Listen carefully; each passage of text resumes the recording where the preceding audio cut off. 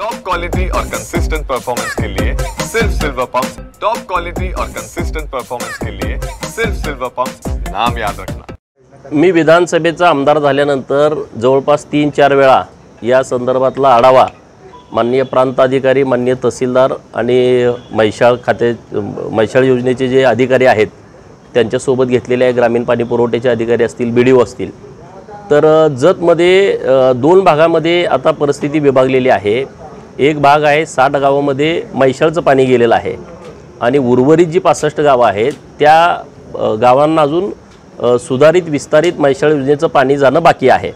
आता 60 गावामध्ये म्हैसाळचं पाणी त्याचं आवर्तन सुरू आहे।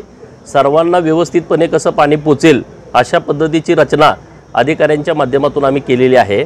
आता अडचण आहे ती उर्वरित गावांची, जिथं म्हैसाळचं पाणी गेलं नाही तिथल्या 21 गावांचा टँकरचा प्रस्ताव हा प्रशासनाकडे आलेला आहे।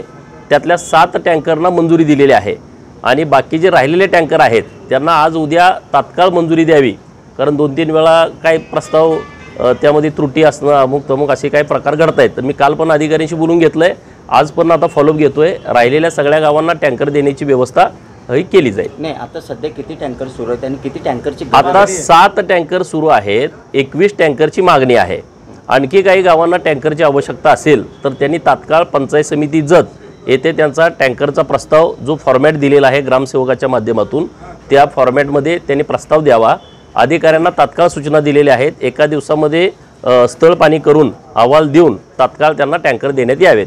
तर ज्यांना कोणाला टँकर आवश्यक आहेत तर त्यांनी पंचायत समिती जतला संपर्क करावा।